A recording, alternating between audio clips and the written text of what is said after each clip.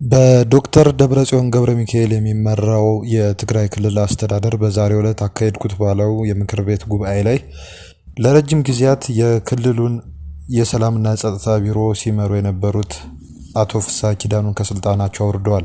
ከዚህ በስተጀርባ ምንድነው ያለው የሚለውን ጉዳይ ለእናንተ እናቀርብላችኋለን። ሌሎች ተጨማሪና ተያያዥ መረጃዎች አሉን። ሰብስክራይብ አድርጉን። በቀጥታ ወደ ጉዳያችን እናልፋለን። በዛሬው ዕለት በመቀሌ ከተማ የክልሉ ምክር ቤት መደበኛ ጉባኤውን አካሂዷል። ስድስተኛ ዘመን ሰባተኛ መደበኛ ጉባኤውን አካሂዷል የተባለው ይሄ የክልሉ ምክር ቤት ከሹመት መስጠትና መንሳት ባለፈ የክልሉን በጀት አጽድቄያለሁ ብሏል። በዛሬው ዕለት በተካሄደው ስብሰባ ላይ የክልሉ ፕሬዝዳንት ዶክተር ደብረጽዮን ገብረ ሚካኤልና ሌሎች ከፍተኛ አመራሮች ምክር ቤቱ አባላት ሌሎች ታዛቢዎች መገኘታቸው ተዘግቧል። በዚሁ ጉባኤ ላይ በተወሰነው መሰረት ለ2019 በጀት ዓመት ለትግራይ ክልል 65 ቢሊዮን 296 ሚሊዮን 756634 ብር በጀት ተመድቧል ተብሏል። ይሄ በጀት ሲታይ በእጅጉ በጣም ግዙፍ በጀት ነው። ይሄ በጀት በሙሉ ድምጽ ጸድቋል ነው የተባለው። ይህ የድልድል የተደረገበት በጀት ካለፈው ሐምሌ 1 2018 ዓ.ም ጀምሮ ተግባራዊ እየሆነ እንደሚገኝ ነው የተነገረው። እንግዲህ ይሄ በጀት እንግዲህ በዋናነት ግብአቱ ወይም ደግሞ ተሰብስቦ የሚመጣው በክልሉ ከሚገኘው የገቢ ማሰባሰብ ሁኔታ ነው ተብሏል። ይሄውም ከነጋዴዎች ከተለያዩ ተቋማት ገቢ ማሰባሰብ ስራዎችን በመስራት ክልሉ ራሱን በራሱ በጀቱን እንዲደጉም ይችላል። ይሄ ሁሉ በቢሊዮን የሚቆጠር በጀት ከዚሁ የሚገኝ ነው በማለት እንግዲህ ተመላክቷል። የፌደራል መንግስቱ ይቀርብ የነበረው በጀት እንግዲህ መቋረጡ ግልጽ ነው። በሁለቱም አካላት መካከል ያለው ውጥረት እየሰፋ ከመምጣቱ የተነሳ እንኳን በጀት መሰረታዊ አገልግሎት እንኳን ወደዛው አካባቢ እየቀረበ ስላለመሆኑ ሁላችንም የምናውቀው ሀቅ ነው። እናም ይሄ በጀት ከፌደራል መንግስቱ የበጀት ድጎማ ለክልሎች ከሚደረገው የበጀት ፈሰስ ባለፈ በራስ አቅም በራስ የገቢ ምንጭ የሚሰበሰብ በጀት ነው ሲባል ነው በምክር ቤቱ ላይ የተነገረው። እንግዲህ ይሄ በጀት ተግባር ላይ ይውላል የተባለው ለሰራተኞች ደሞዝ ክፍያና ለሌሎች የሥራ ማካያጃ ግብአቶች የሚውል ነው ተብሎ ነው የተገለጸው። እስካሁን ድረስ ለመንግስት ሰራተኞች የደሞዝ ክፍያ በእጅጉ እየተቆራረጠ እንደሚገኝ ነው የሚነገረው። ወጥ በሆነ መልኩ መደበኛ ደሞዝ እየተከፈላቸው ያልሆኑ ተቋማት ውስጥ የሚሰሩ ሰራተኞች አሉ። በሌላ በኩል መምህራንም ያነሷቸው ጥያቄዎች አሉ። ይሄም በተደጋጋሚ በፍርድ ቤት የነበረውን ክርክር ጭምር ለእናንተ ስናቀርብላችሁ የቆየነው ጉዳይ ነው። ስለሆነ ይሄ የደሞዝ ክፍያ ጉዳይ በዚህ በጀት ውስጥ የሚታይ ነው። በጀቱም ለዚሁ ግብዓት ይውላል ተብሎ ነው እየተነገረ ያለው። ከዚህ ባለፈ የብዙዎችን ትኩረት የሳበው ሌተናል ጀነራል ታደሰ ወረደ ዘመን ነበረ ስልጣን ላይ የተሾሙት አቶ ፍስሐ ኪዳኑ ወይም ፍስሐ ማንጁስ ከስልጣናቸው ስለመነሳታቸው የሚነገረው ጉዳይ በእጅጉ ትኩረትን ስቦ ነው ያለው። ይሄ ጉዳይ ለምን ተፈጠረ? ጀነራል ፍስሐ ኪዳኑ ስንብትስ በስተጀርባ ምንድነው ያለው የሚለውን ጉዳይ ከማንሳታችን በፊት የሹመት ድልድሉ በዛሬው ዕለት የተካሄደው ሹምሽር ምን ይመስል ነበር የሚለውን አብረን እንመልከት። እንግዲህ በዛሬው ዕለት ሹመት ከተሰጣቸው ሰዎች ውስጥ ዶክተር ረዳይ በርሄ የክልሉ የንግድ ልማትና ገበያ ቢሮ ኃላፊ ሆነው ተሾመዋል። በሌላ በኩል ደግሞ በፍስሐ ኪዳኑ ምትክ አቶ ተወልደ ብርሃን ተስፋለም የክልሉ ሰላምና ጸጥታ ቢሮ ኃላፊ ሆነው ስለመሾማቸው ተነግረዋል። የነዚህ ኃላፊዎች ሹመት በምክር ቤቱ ሙሉ በሙሉ አብላጫ ድምጽ ጸድቆ ወደ ስራ መገባቱ ነው የተነገረው። ለምን ፍስሐ ኪዳኑ ከስልጣናቸው ተነሱ የሚለውን ጉዳይ ስንመለከት አንዳንድ የመረጃ ምንጮች እንደከሆነ ሊጀመር ይችላል ተብሎ እየተጠበቀ ባለው ጦርነት ውስጥ የጽምዶ አደረጃጀት ወይም ደግሞ የጽምዶ አካሄድ ተጠቃሽ ነውና በዚህ ውስጥ ከጽምዶ ጋር በተገናኘ አንዳንድ ጎርበጥበጥ ያሉ ሁኔታዎች አሉ። ማለትም የልዩነት ሀሳብ አቅርበዋል። ይሄ ጦርነት የኤርትራ መንግስት እጁን ካስገባ ኪሳራ የሚፈጥር ጦርነት ነው በማለት ትችት አቅርበዋል ተብለው በቀጥታ ከስልጣናቸው ጀነራል ፍሳ ኪዳኑ ወይም ፍሳ ማንጁስ እንዲነሱ ምክንያት ሆኗል ተብሏል። እንግዲህ ከዚህ ቀደም በሌተና ጀነራል ታደሰ ወረደ ሲመራ የነበረውን አስተዳደር በማፍረስ ቁልፍ ሚና የነበራቸው እኚህ ሰው ናቸው፣ ፍሳ ኪዳኑ ናቸውና አሁን ላይ ባሳደጉት ውሻ መነከሳቸው በርካቶችን እያስገረመ ነው የሚገኘው።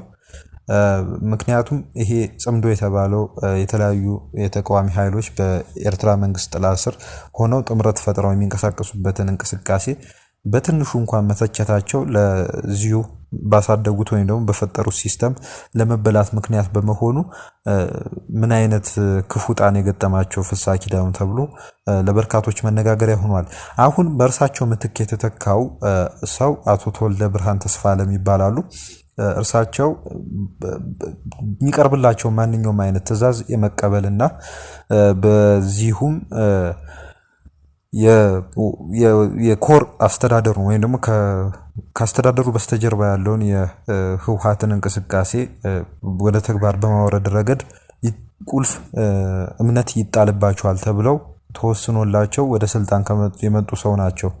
እንግዲህ ከዚህም ባለፈ የጀነራል ፍሳ ኪዳኑ መውረድ አንድ ነገር ሆኖ ከዚህም ባለፈ በቀጣዩ ጦርነት ዙሪያ ከኤርትራ መንግስት ጋር ጽምዶ መፍጠር የለብንም ሲሉ ትችት ያቀረቡ እዛው ውስጥ ትግራይ ውስጥ ያሉ የአርሚ አመራሮች በቁም እስር እንዲቆዩ ነው ትዕዛዝ የተላለፈው። እነዚሁ አዛዦች በእስር እንዲቆዩም የተደረገውም ሐሳባቸውን በመግለጻቸው ነው። የኤርትራ መንግስት እጁን ማስገባት አልነበረበትም በዚህ ጦርነት ውስጥ፣ አሁንም ቢሆን እጁን ማስገባት የለበትም የሚል ተቃውሞ በማቅረባቸው ምክንያት ነው እንደዚህ አይነት ተቃውሞ ወይም ደግሞ እንደዚህ አይነት የቁም እስር እንዲወሰንባቸው የተደረገው ማለት ነው። ይህ አካሄድ መቼ እልባት ያገኛል የሚለውን አብረን የምናየው ይሆናል። በሌላ በኩል ደግሞ በቲዲኤፍ አዛዦች ወይም ራሱን የትግራይ መከላከያ ሰራዊት ብሎ በሚጠራውና በህወሓት ከፍተኛ የፖለቲካ አመራሮች ቁጥጥር ስር ያለው ኃይል ላይ በአዛዥነት ያሉ አመራሮች አንዳንድ ጠንከር ያሉ ንግግሮችን እያደረጉ እንደሚገኙ የምንታዘበው ነው። በዛሬው ዕለት ጀነራል ዮሐንስ ወልደ ጊዮርጊስ ወይም ደግሞ በቅጽል ስማቸው መዲድ ተብሎ የሚጠቀሱት ሰው ንግግር አድርጓል። በዚህ ንግግራቸው ላይ ምንድነው ያሉት? እኛን አጥፍተው ለመኖር የሚፈልጉ ኃይሎችን ወይም የጥፋት ኃይሎችን ቀብረን ህልውናችን ወይም ደግሞ ደህንነታችንን ለማጠናከር ሁሉንም የውስጥ አቅማችንን ማሳደግ ወሳኝ ነው ሲሉ መናገራቸው ተናግሯል። እንግዲህ ዮሐንስ የደቡብ ትግራይ የደቡባዊ ዞን በኩል ያለው ግንባር ዋና አዛዥ ስለመሆናቸው ነው የሚነገረው። ይህን የተናገሩት ከ108 ያህል ከሚሆኑ ወረዳዎችና ቀበሌዎች እንዲሁም ከተሞች የተውጣጡ አካላት እና የትግራይ ሰራዊት ተብሎ የሚጠቀሰው ኃይል ውስጥ ያሉ አመራሮች የተገኙበት የውይይት መድረክ ተካሂዶ ነበረ። ይሄ የውይይት መድረክ ከሰሞኑ ሲካሄድ የነበረው እምቢ ለብሔራዊ ውድመት የተሰኘው መድረክ አንዱ አካል ነው። ይሄ መድረክ በማጠቃለያ መርሃ ግብሩ ላይ ነበረ ጀነራል ዮሐንስ ተገኝተው ንግግር ያደረጉት። እጅግ በጣም አምባገነናዊ የሆነ ስርዓት ለማነጽ የሚተጉ የጥፋት ኃይሎችን እየተከላከልን መጥተን በአሁኑ ወቅት የመጨረሻ ምዕራፍ ላይ ደርሰናል ሲሉ ነው የተናገሩት። እዚህ ንግግራቸው ላይ የምንቆጥረው ነገር ቢኖር የመጨረሻ ደረጃ ላይ ደርሰናል ማለታቸውን ነው። ምክንያቱም የመጨረሻ ደረጃ ማለት ያው በወታደራዊ አነጋገር ወደ ጦርነት ተቃርበናል የሚለውን ሁኔታ የሚያሳይ ነው። ከዛም ባለፈ ደግሞ ጠላቶቻችን በአጠቃላይ እኛን አጥፍተው የማይመለሱ መሆናቸውን እና ይሄውን ደግሞ ተፈጥሯዊ ባህሪያቸው ስለመሆኑ ያለፈው ተግባራቸው ምስክር ነው ሲሉ ተናግረዋል። እንግዲህ ዮሐንስ እነዚህን ጠላቶቻችንን ቀብረን ህልውናችንን ለማሳደግ ደግሞ በግንባርና በከተማ የሚገኘው አካል ሁሉ ተባብሮ ወይም ደግሞ ስምረት ፈጥሮ መታገል ያስፈልጓል በማለት እንግዲህ አመልክተዋል። ጠላቶቻችንን እንቀብራለን የሚል አይነት ቃል ያለው ንግግር ነው ያደረጉት። ይሄ ንግግር በትግራይ በኩል ያለውን ለሰላም ያለውን ሁኔታ ወይም ደግሞ ቅድመ ዝግጁነት በእጅጉ ጥያቄ ምልክት ውስጥ የሚያስገባ ነገር ነው። ምክንያቱም በአሁኑ ወቅት ከጦርነት ውጭ ምንም አይነት ሰላማዊ አማራጭ በፌዴራል መንግስቱ በኩል ስለሌለ እኛ ቆርጠን ወደ ጦርነት ውስጥ መግባት አለብን የሚል አይነት ትዕዛዝ ተላልፎ ነው እንቅስቃሴ የተደረገ ያለው። ለዚህም ነው መረር ያሉ ንግግሮች የሚካሄዱት። ወደፊት ደግሞ በጦርነቱ ምክንያት መረር ያሉ ነገሮች ሊመጡ ይችላሉ። ይኸውም በነ ዮሐንስ ወልደ ጊዮርጊስ እና ሌሎች ወታደራዊ አዛዦች በኩል እየተነገረ ያለ ሁኔታ ነው ማለት ነው። ከዚህ ጉዳይ ስንወጣ አንድ የቪአይፒ ጥበቃ ኃላፊ የሆነ ግለሰብ ለእስር ስለመዳረጉ የተነገረው ኪዳነ ደስታ ይባላል። የትግራይ ክልል ፕሬዝዳንት ቢሮ የሚገኝበት መቀሌ ውስጥ ማለት ነው የደጀን ቢሮ የጥበቃ ክፍል የቪአይፒ ጥበቃ ክፍል ኃላፊ ነው። ይህ በፎቶ ላይ የምታዩት ግለሰብ በፖሊስ ታይዞ በሰሜን ክፍለ ከተማ ፖሊስ ጣቢያ ታስሮ እንደሚገኝ ነው የመረጃ ምንጮች ያመለከቱት። ይህ እስራት ሊመጣ የቻለበት ምክንያት የለውጥ ኃይል የተባሉትን አካላት ደግፋል የሚል ጥርጣሬ ተፈጥሮ ነው። ይኸውም በማህበራዊ ሚዲያ እያጋራሃቸው ናቸው ብለው የተቃውሞ ሀሳቦችን አጋርታል ብለው ነው ክሱን ያቀረቡበት። በአሁኑ ሰዓት በእስር ላይ ይገኛል ማለት ነው። የቪአይፒ ጥበቃ ክፍል ኃላፊ እንደነበረ ነው እየተነገረ ያለው። በሌላ በኩል ደግሞ የትግራይ የሰላም ኃይልን በተመለከተ ጠዋት ላይ መረጃዎችን አጋርተን ነበር። የትግራይ የሰላም ኃይል ቢቻል ወደ ከስሞ ወደ መከላከያ ሰራዊት የሚገባበት ሁኔታ ሊፈጠር እንደሚችል የሚያሳዩ መረጃዎችን ጠቅሰን ነበረ ለእናንተ ለተመልካቾቻችን ያቀረብነው። እሱም መረጃ በርካቶቻችሁ ተመልክታችሁታል። በዛሬው ዕለት ደግሞ ከሰዓት በኋላ የትግራይ የሰላም ኃይል መግለጫ አውጥቷል። ዛሬ ሐምሌ 19 ቀን 2018 ዓ.ም ነው በትግርኛ ቋንቋ ይህን መግለጫ ያወጣው። የመግለጫው ርዕስ እንግዲህ በአሁኑ ሰዓት ቀጥሎ ያለው የውሸትና ማደናገር ስልት የሚል ነው። ይኸውም በዋናነት ህወሓት የፕሮፓጋንዳ ኃይሎቹን እየተጠቀመ ነው ያለው በማለት እንግዲህ የሚያመለክት ነው። በዚህ መግለጫ ላይ እንግዲህ የውሸት ምስሎችን በመጠቀም ህወሓት ከኤርትራ ወደ ትግራይ ነዳጅ ማስገባት ጀምረናል የሚል የሚያደናግር ፕሮፓጋንዳ እያሰራጨ ይገኛል። ከዚሁም ጋር በተገናኘ በተጋሩ ደም እና በጦርነት ሀብት አከማችተው በውጭ ሀገር ተቀምጠው የሚገኙ የህወሓት አፈቀላጤ የሆኑ የዲያስፖራ ሚዲያዎች በትግራይ የሰላም ኃይል ላይ እያደረጉት ያለውን ስም የማጥፋት አካሄድ ዝም ብለን የምናልፍ አለመሆናችንን ለመግለጽ እንፈልጋለን በማለት እንግዲህ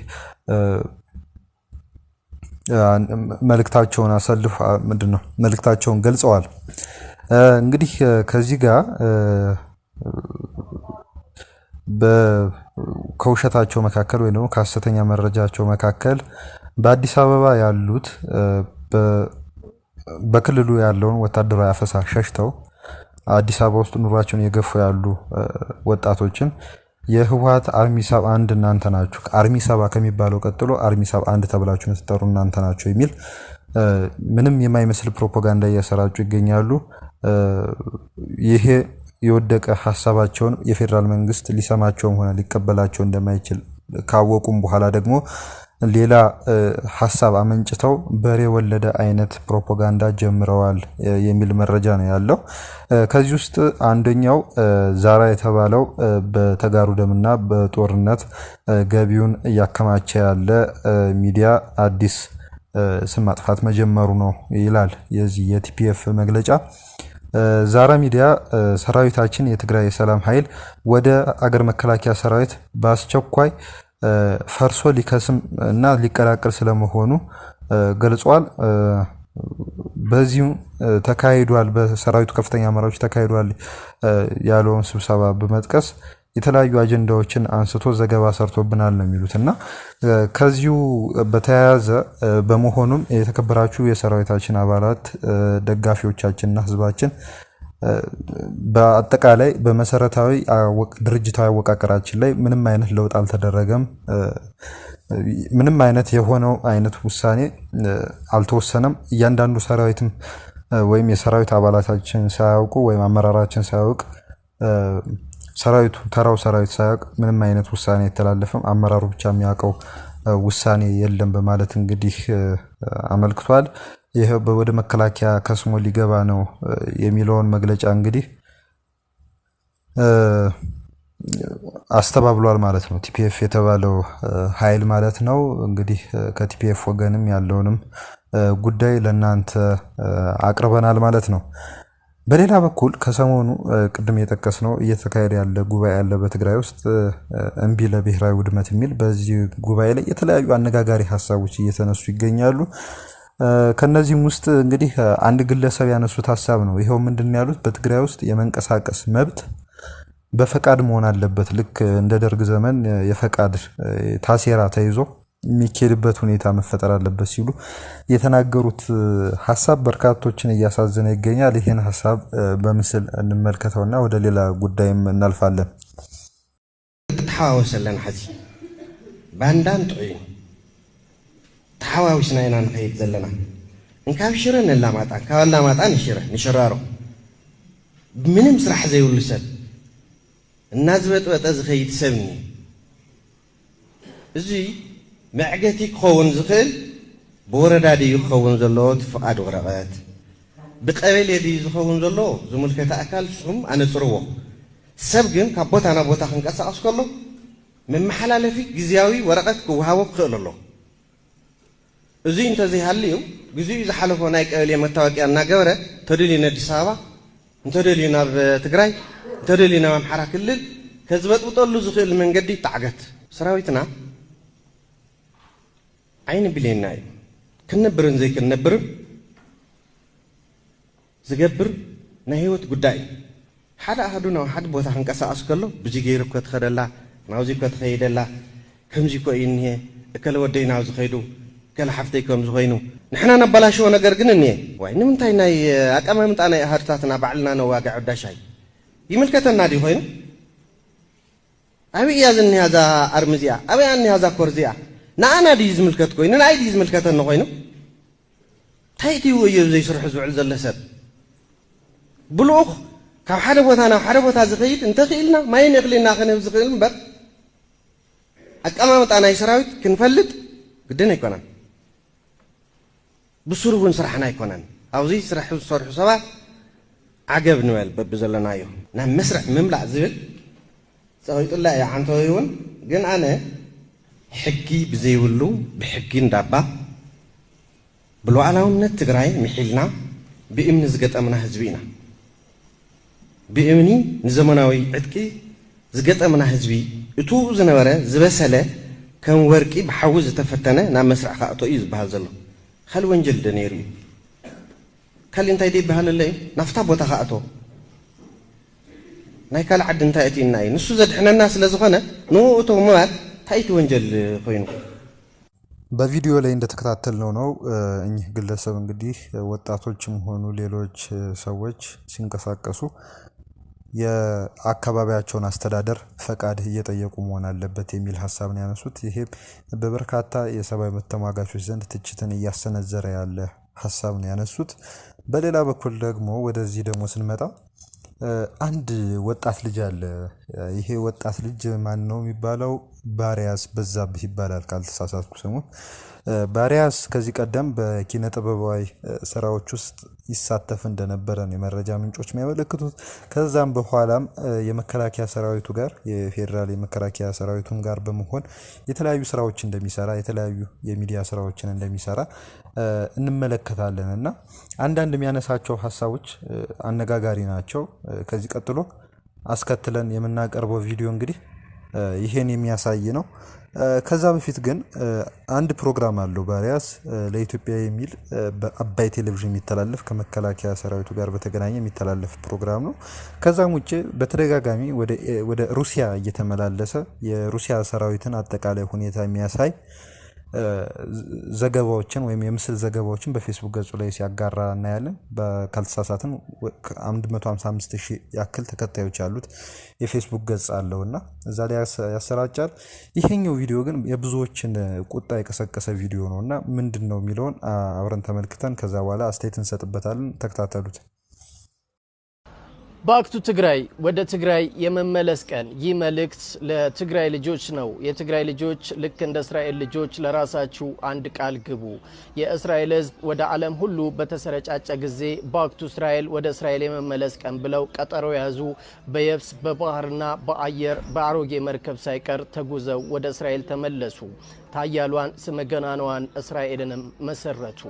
የትግራይ ልጆችም ዛሬ ክልላችሁ ሰላም ባለመኖሩ ወደ ተቀሩት የኢትዮጵያ ክፍሎች ተሰረጫጭታችኋል።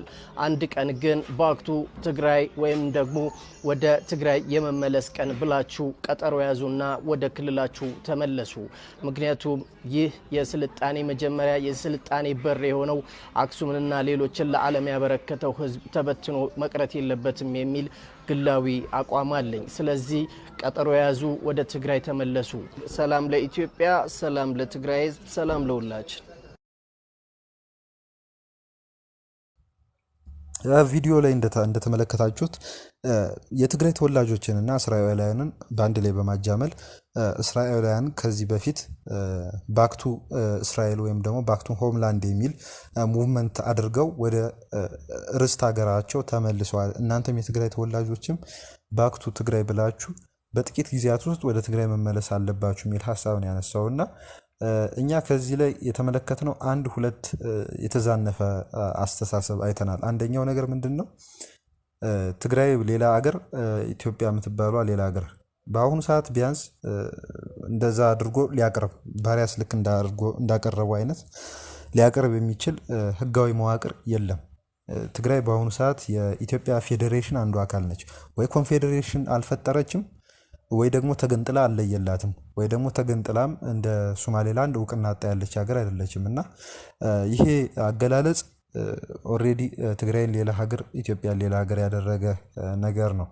ይሄ አይነት አናሎጂ በእጅጉ ብዙዎችን ወደ ትግራይን ሀገር አድርገን ማቋቋም አለብን ለሚሉትም ወገኖችም በእጅጉ ግብአት የሚሆን ነው። እየተገፋን ነው ለማለት በሌላም በኩል ደግሞ ለዚህ ጉዳይ ኢኖሰንት የሆኑ ሰዎች ደግሞ ትግራይ የሚባለው ሌላ ደሴት እንደሆነ አድርገው እንዲያስቡ የሚያደርግ ነው።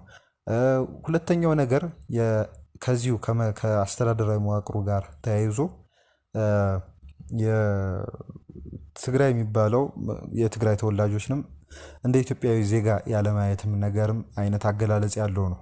አናሎጂው በጣም የማይገናኝ ሰማይና ምድር የሆነ አይነት ጉዳይ ነው ያመጣው። ኦኬ ኢንቴንሽኑ ሌላ ሊሆን ይችላል ማለት ይሄ ጊዜ አልፎ ይሄ ሰላም መጥቶ ይሄ አፈሳ ቀርቶ ወደ ክልላችሁ ትመለሳላችሁ፣ እዛ ልክ መስራት የምትፈልጉትን ያክል መስራት ትችላላችሁ የሚል አይነት አንድምታ ካለ ኦኬ ከዛ አንፃር ልንረዳው እንችላለን።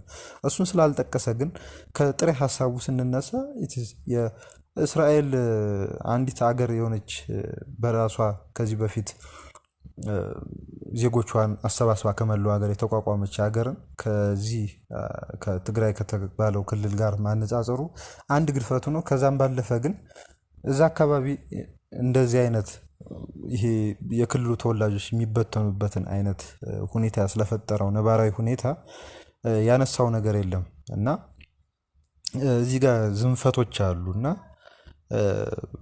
ወደፊትስ ምን ሊፈጠርብን ነው የሚል አይነት ወይም ምን ሊመጣብን ነው የሚል አይነት ስሜት በተጋሩ ዘንድ የሚፈጠር ነው።